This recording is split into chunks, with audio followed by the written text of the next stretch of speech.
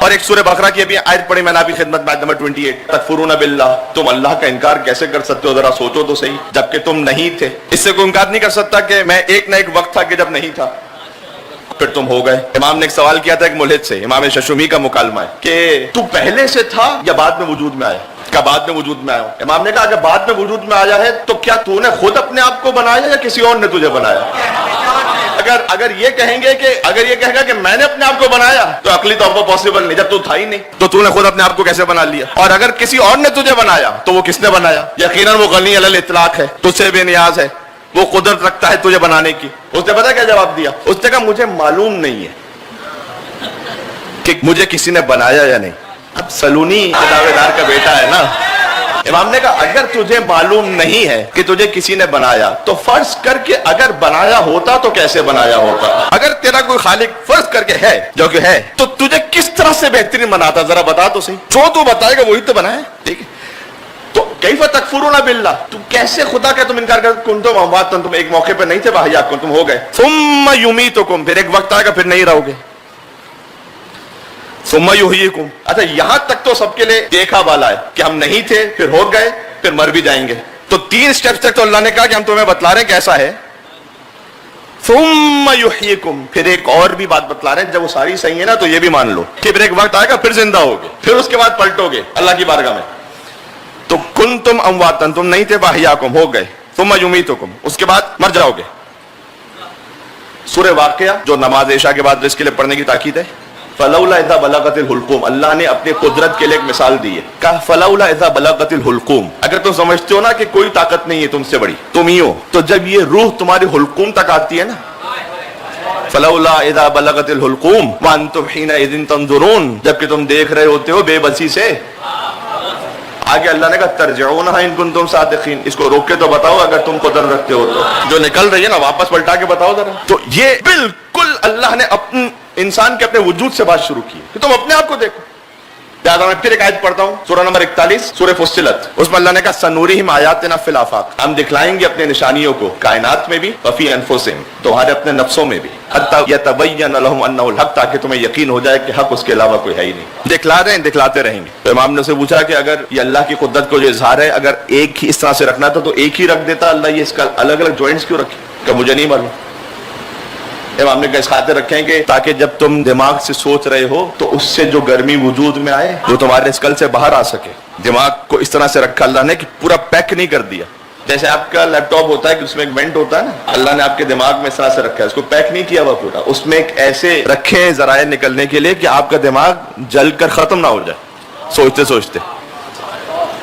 آپ نے پوچھا کہ اچھا یہ بتا کہ سر پر بال کیوں رکھے اللہ نے؟ اللہ قدرت پروردگار، سر پر بال رکھے پیشانی پہ نہیں رکھے، کہ مجھے نہیں معلوم۔ امام نے کہا سر پر بال اس لیے رکھے ہیں کہ اگر تو کسی تیل یا روغن کو استعمال کرے تو جڑوں کے ذریعے سے تیرے دماغ تک پہنچ جائے، اور سر پر بال اس لیے رکھے ہیں کہ سردی اور گرمی میں تو انہیں ایڈجسٹ کر کے اپنے آپ کے لیے حفاظت کا اہتمام کر سکے، اور پیشانی پر بال اس لیے رکھے کہ جب کوئی دھوپ آ رہی ہو، روشنی آ رہی ہو تو رکاوٹ نہ بن جائے کہ تو دیکھنے کے لیے تیرے مشکل ہو جائے، تو وہ روشنی میں رکاوٹ بن جائے۔ پھر بہویں اس لیے رکھی ہیں کہ وہ روشنی اتنی زیادہ تیز نہ ہو جائے کہ تمہاری آنکھیں چندیا جائیں، اور پھر پیشانی پر جو لائنز رکھی ہوئے ہیں وہ ہاریزونٹل رکھی ہیں، ورٹیکل نہیں رکھی۔ اگر اللہ ورٹیکل لائن رکھتا تو پھر جیسے ہی پسینہ گرتا تو وہ بہتا ہوا سیدھا آنکھوں میں آتا، اور پھر اللہ نے پلکیں بھی اس لیے رکھی کہ جب روشنی آ رہی ہو تو اس میں آخر میں پھر انسان کے پاس ایک ایڈجسٹمنٹ کا موقع ہو جتنی روشنی اسے چاہیے۔ یہ یعنی اس پہ پورا دانت اللہ نے رکھنے تھے تو ایک ہی پیس رکھ لیتا، یہ 32 الگ الگ کیوں رکھے؟ کبھی سوچا آپ نے؟ اندر ہی رکھنا ہے نا تو ایک پیس رکھ لیں، اس لیے کہ اگر وہ کہیں سے خراب ہو جائے تو پھر وہ پورا نکالنا پڑے گا۔ اب یہ ہے کہ 32 ہے، جہاں سے اس میں نقص ہے تو وہ ایک نکال لیجئے، باقی تو ٹھیک ہے۔ اللہ سبحانہ وتعالیٰ نے اس کے بعد ہاتھوں کس طرح سے بنایا، پورٹ کس طرح سے رکھے، اس میں دعائے عرفہ بھی ہے تفصیل کے ساتھ۔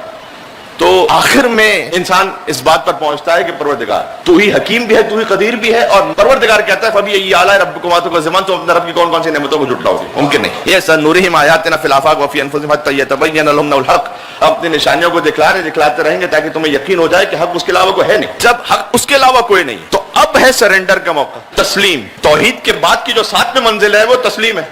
یاد رکھیے گا اللہ نے اس کائنات کا پہلا امتحان عبادت پر نہیں لیا، سرنڈر پر لیا ہے۔ بات پہنچ رہی ہے میں نے کیا کہا؟ میں تو نتیجہ دے کر آگے بڑھ رہا ہوں۔ ابلیس نے سجدہ نہیں کی، میں کہوں گا پروردگار ایک سجدہ نہیں کیا تو اتنا سادہ الفاظ میں تو اتنا بڑا معاملہ بنانے کی ضرورت کیا ہے؟ ہم آپس میں کیا کہتے ہیں بھائی یار اس نے اتنا تمہاری خدمت کی، اب ایک بات نہیں مانی تو کیا ضرورت ہے اتنا لڑنے کی؟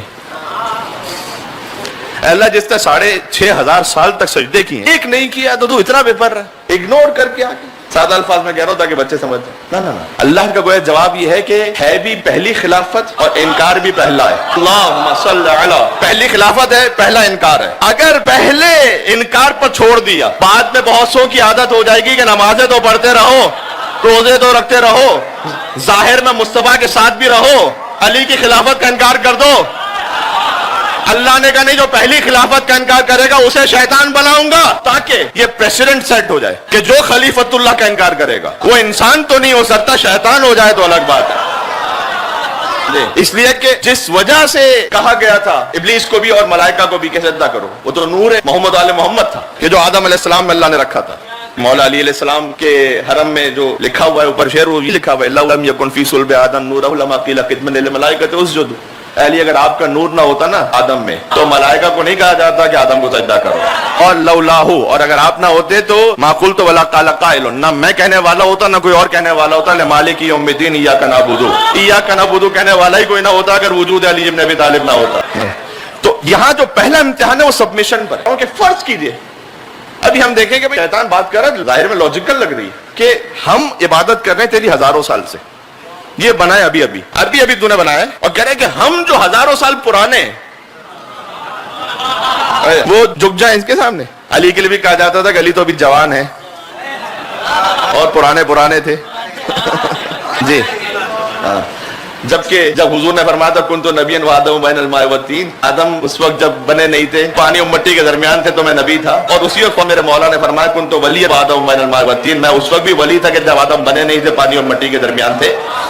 لیکن ابلیس جو کہہ رہا ہے کہ ہم کیوں جھکے، اس لیے کہ ہم تو پرانے، یہ ابھی اس نے کوئی عبادت نہیں کی ہوئی۔ اللہ نے کہا کہ یہاں میں تیری عبادت سے امتحان نہیں لے رہا، میرے کہنے پر تسلیم ہو یا نہیں، امتحان اس کا ہے۔ وہاں سے بات آگے بڑھائیے، اب آپ کے سامنے توحید کا جو اگلا سٹیپ ہے بہت امپورٹنٹ ہے کہ جب کہیں کوئی حکم شرعی میرے سامنے آئے اور مجھے یہ یقین ہے کہ ہاں یہ خدا کا حکم ہے، تو تسلیم کتنی ہے؟ ifs بٹس، کیوں ایسے کیوں نہیں ویسے کیوں؟ اب یہ پھر مکالمہ ہے صادق آل محمد کا ایک ان کے ساتھ کہ جو خود اپنے آپ کی امامت کے دعوے دار تھے ان کے زمانے میں، اور انہوں نے 40 سوال تیار کیے تھے، اور امام سے جب ان کی گفتگو ہوئی کہ اللہ نے ذبیحے کو حلال کیوں رکھا ہے، مردار کو حرام کیوں رکھا ہے، اگر آپ سمجھنے کے لیے پوچھے تو اس میں حرج نہیں ہوتا، لیکن اگر اس خاطر ہو کہ میں اعتراض کروں گا اور نہیں مانوں گا، سوال وہاں پر ہے۔ امام نے کہا اس لیے کہ اللہ کی بھیجی ہوئی شریعت ہے، ذبیحے کو اس لیے اللہ نے حلال رکھا ہے کہ اس میں فاضل خون نکل جاتا ہے، مردار میں رہ جاتا ہے، اس لیے ذبیحہ حلال ہے، مردار حرام ہے۔ تو کہا اللہ خون کو ہی حلال کر دیتا، امام نے کہا اللہ خون کو حلال کر دیتا اور خون استفادہ کر رہے ہوتے تو ہمارے بدن میں بدبو پیدا ہوتی، اور اگر ایک تو یہ اس کا ظاہری ریزن ہے، دوسرا یہ ہے کہ جزام اور برس کے مرض میں مبتلا ہوتے، تیسرا یہ ہے کہ اگر خون استعمال کرتے تو دل کی شقاوت پیدا ہوتی، یہ بات نہیں وجہ ہے۔ کبھی پتہ کیسے چلے گا کہ ذبیحہ کیا ہے، مردار کیا ہے؟ ہم نے کہا گوشت کو آنکھ پر رکھو، سکڑ جائے تو ذبیحہ ہے، پھیل جائے تو مردار ہے۔ اچھا کو اللہ کو اگر اتنی اپنی اطاعت کروانی تھی ایسے، تو جب ہم نماز پڑھتے تو نماز بھی اپنی زبان میں رکھ دیتا، ضرورت کیا عربی میں پڑھنے کی؟ ہر ایک اپنی اپنی زبان میں پڑھتا تو اس کو سمجھ میں تو آتا کہ کیا کہہ رہے ہیں۔ امام نے کہا اللہ نے زبان کو عربی زبان میں خاص رکھ کر نماز کو تحریف سے محفوظ رکھا ہے۔ بہت غور کیجئے گا، آپ سوچئے گا کہ اگر ہر انسان اپنے ترجمے کے ساتھ نماز پڑھتا رہے تو 10,000 قسم کی نمازیں ہوں گی۔ یہ میں اس لیے کہہ رہا ہوں تھوڑا سا اگر آپ انٹرنیشنلی بھی دیکھیں تو ایسی تحریکیں مسلمانوں میں ہیں۔ میں نے خود یوٹیوب پہ ویڈیوز دیکھی ہیں نماز کو انگریزی میں پڑھتے ہوئے کہ بھائی ہم تو انگریزی سمجھتے ہیں، ہم عربی میں کیوں پڑھیں؟ اچھا وہ انسان قومی ترانہ اسی طرح سے پڑھے گا کہ جیسے بتایا ہے، وہ بھی تو بہت سو کو سمجھ میں نہیں آ رہا، تو اپنا بنا لیجئے کوئی، نہیں وہ تو ویسے ہی پڑھنا ہے۔ ہم کبھی کبھار اللہ پر اتنا توکل کرنے کو بھی تیار نہیں ہوتے جتنا اپنے ڈاکٹر پہ کر رہے ہوتے۔ ڈاکٹر یہ کہہ دیتا نا کہ کھانے سے پہلے آپ نے 2 گولیاں لینی اور کھانے کے بعد یہ لینی، تو میں اسے یہ نہیں کہتا کہ یہ والی پہلے لے لوں والی بعد میں لے لوں، کم سے کم اتنا توکل تو رکھیں۔ تو مولانا نے کہا کہ دیکھو نماز کو اس لیے اللہ نے رکھا ہے خاص طریقے سے کہ وہ جیسے اللہ نے بتلایا ویسے جاری رہے۔ کہ اچھا میں ایک نتیجے میں پہنچاؤں گا، کہا کہ اچھا اگر ایسا ہی ہے تو ٹھیک ہے ہم عربی میں تو پڑھ لیں، لیکن اللہ تو ہر جگہ ہے نا، خود اللہ نے قرآن میں کہا فَإِنَّمَا تُوَلُّوا ثَمَّ وَجْهُ اللَّهِ، اللہ تو ہر جگہ ہے۔ اگرچہ اس کا جو پراپر ترجمہ اس آیت کا وہ یہ ہے کہ جہاں کہیں رخ کر لو تو تم وجہ اللہ کو پاؤ گے. اینما تولوا فثم وجہ اللہ. تو اللہ اگر ہر جگہ ہے تو پھر اللہ کہتا کہیں پہ بھی نماز پڑھ لو, عبادت ہی کروانی ہے نا. امام نے کہا اللہ نے خاص طرف رک کر کے نماز پڑھوا کر پوری امت کو نظم و ضبط کے لیے آمادہ رکھا ہے, ورنہ یہاں پر 50 ڈائریکشن میں لوگ نماز پڑھ رہے ہو, ہر جگہ اللہ ہے, کہتے ہیں سب ایک طرف رک کریں. یہ نظم و ضبط ہے. تو انہوں نے سامنے پلٹ کر سوال کیا, آپ سمجھ رہے ہیں کہ کون سوال کر رہے ہیں؟ یہ صادق آل محمد سے, جو خود اپنی فقہ کی امامت کے دعوے دار ہیں, وہ پوچھ رہے ہیں. وہ ساری امت کے امام ہے لیکن میرے امام کے غلام ہیں. اگر اللہ کو اتنا نظم و ضبط کروانا تھا کہ خاص رخ پہ اللہ نماز پڑھوا رہا ہے, تو پھر موت کا بھی نظم و ضبط کر لیتا. ایک ہی وقت پہ سب کو موت آتی, 60 سال میں مثلا فکس کر لیتا. ایک سسٹم بن جاتا ہے کہ بھائی 60 سال میں موت آئے گی. یہ کیا کہ کسی کو کبھی موت آ رہی, کسی کو کبھی موت آ رہی, کوئی بچپنے میں مر رہا ہے, کوئی جوانی میں مر رہا ہے, کوئی بڑھاپے میں مر رہا ہے, کوئی 80 سال تک بھی زندہ ہے. یہ کیا ہے؟ امام نے کہا اگر اللہ ایک وقت موت کا معین کر دیتا تو تم توبہ کرنے میں اتنی سستی کرتے کہ اس سے پہلے توبہ ہی نہیں کرتے کہ جب تک کہ وقت کا موت نہ آ جائے, کیونکہ تمہیں پتا ہوتا کہ مرنا تو 60 سال میں ہی ہے. تو مثال کے طور پر 59 ایئرز اور 6 منتھ یا 7-8 منتھ ویسے گزار لو, آخر میں دیکھ لیں گے. اللہ نے کہا نہیں, ہر وقت آمادہ رہو کہ کبھی بھی اللہ کی بارگاہ میں حاضری ہو سکتی ہے.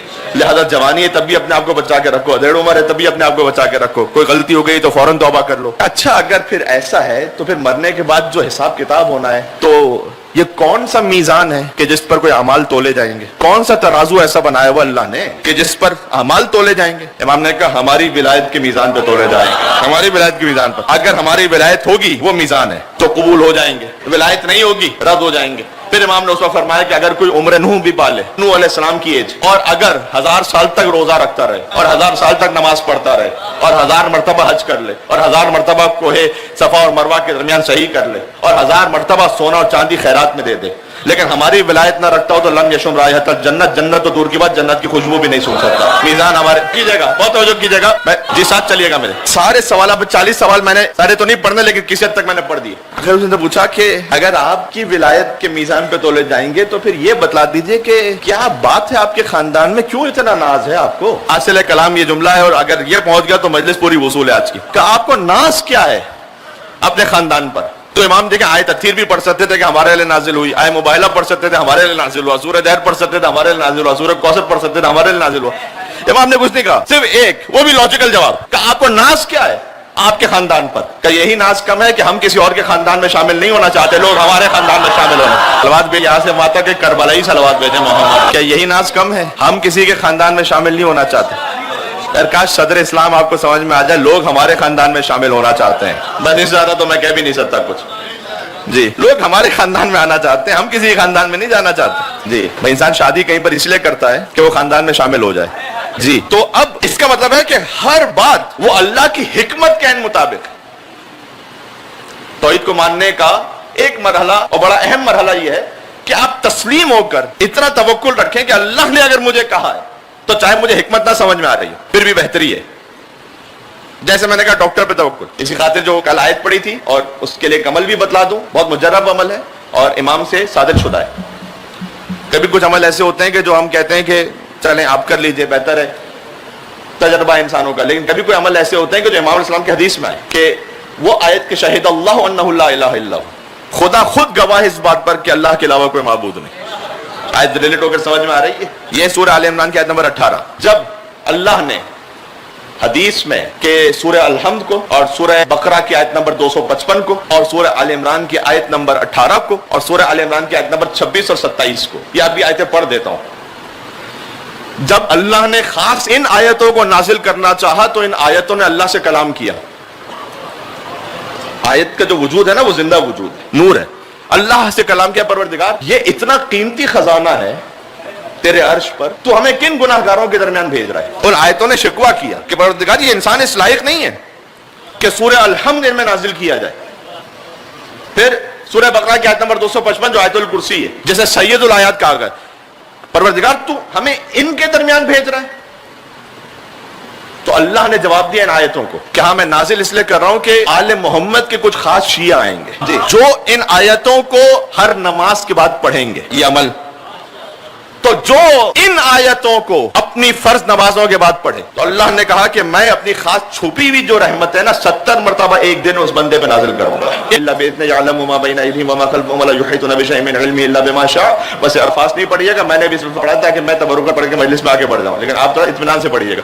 پھر سورہ آل عمران کی آیت نمبر 18, پھر سورہ آل عمران کی آیت نمبر 26 اور 27. ایک مل کے صلوات بھیجتے ہیں محمد وعلى یہ آیا. اگر اللہ کی آپ خاص مخصوص رحمتیں چاہتے ہیں آل محمد کا شیعہ ہونے کی حیثیت میں, یہ امام نے فرمایا, تو آپ نماز کے بعد مختصر سا عمل ہے, چند دقیقوں سے زیادہ نہیں, لیکن یہ مخصوص افراد یہ عمل انجام دے سکتے ہیں کہ اسلام نے کہا کہ ہر ایک کو توفیق نہیں نصیب ہوتی. اور پھر اللہ وہ آیتیں کہ جو انسانوں کے درمیان آنا ہی نہیں چاہتی تھی اپنی عظمت کی وجہ سے, جب آپ فرض نمازوں کے بعد تلاوت کریں گے تو اللہ اپنی 70 رحمتیں خاص روزانہ نازل کرے گا. قل اللہم مالک الملک, پروردگار. سورہ الحمد کا ترجمہ تقریباً آپ واقف ہیں, آیت الکرسی آپ واقف ہیں تقریباً. سورہ آل عمران کی آیت نمبر شہد اللہ انہ لا الہ الا ہو 18, خدا خود گواہ اس بات پر کہ اللہ کے علاوہ کوئی معبود نہیں, اور ملائکہ گواہ ہیں, اور اولو العلم گواہ ہیں. اولو العلم امام نے کہا ہمیں, ارے انا مدینۃ العلم علی بابھا سے بڑھ کر کون اولو العلم ہوگا کہ جو خدا کے وجود پر گواہ ہو. پھر جو آیت قل اللہم مالک الملک 26 اور 27, اے رسول کہہ دیجئے وہی مالک الملک ہے, تؤتی الملک من تشاء جیسے چاہے ملک دے دے, تنزع الملک من تشاء جیسے چاہے لے لے.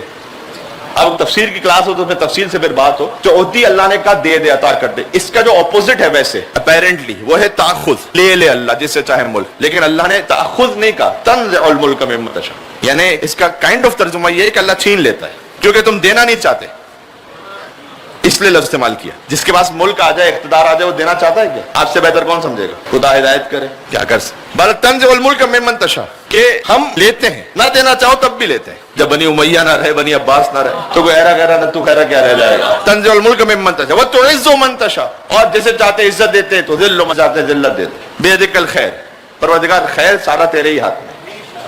انک علی کل شیء قدیر, تو ہر شے پر قادر ہے. تولج اللیل فی النہار, تو دن کو رات میں داخل کرتا ہے, رات کو دن میں داخل کرتا ہے. یہ آیت آپ سورہ الحمد, آیت الکرسی, سورہ آل عمران کی آیت نمبر 18 اور آیت نمبر 26 اور 27 یہ نماز کے بعد پڑھیں. یہ خود توحید پروردگار کے لیے ہم جس مراحل سے گزرے اس میں ایک اہم ترین مرحلہ یہ ہے کہ پھر سبمشن, اور اسی سبمشن میں آخری جملہ کہہ کے بس مسائب پہ جا رہا ہوں. آج کے تکنیکلی یہیں سے بیان شروع ہوگا. جب آپ خدا کے وجود پر قائل ہو چکے, یقین ہو چکا, تو اب میرا اختیار ہے میرے عمل پر یا خدا کا اختیار ہے؟ خدا نے مجھے کوئی چوائس دی ہے یا نہیں دی؟ بڑی دقیق بحث ہے, لیکن میں چاہتا ہوں بڑے سادہ الفاظ میں. اشاعرہ گزرے, ایک سیکٹ کلامی اعتبار سے, عقائد کے اعتبار سے ایک سیکٹ اشاعرہ, انہوں نے کہا کہ ہمارا کوئی اختیار ہی نہیں, جو کر رہا ہے اللہ ہی کروا رہا ہے. اس کو سپورٹ کیا تھا بنی امیہ نے, اس نظریے کو اپنے کرتوتوں کو چھپانے کے لیے. آیت ان کے پاس بھی قرآن کی ہے, وہ کہتے ہیں ان اللہ علی کل شیء قدیر, اللہ چیز پر قدرت ہے, جو کر اللہ کروا رہا ہے. تو اگر ہم کہیں ظلم کر رہے ہیں, کسی کو شہید کر رہے ہیں, تو جو کر رہا اللہ کروا رہا ہے. اس کا جواب آپ تک پہنچ چکا ہے کئی دفعہ شاید, کہ جو کر رہا اللہ کروا رہا ہے تو ہم سے کیوں بگڑتے؟ جب ہم یزید پہ لعنت بھیجو, ہم سے بھی جو کر رہا اللہ کروا رہا ہے. جب ہم بنی امیہ پہ, تو اس میں بگڑنے کی کیا بات ہے؟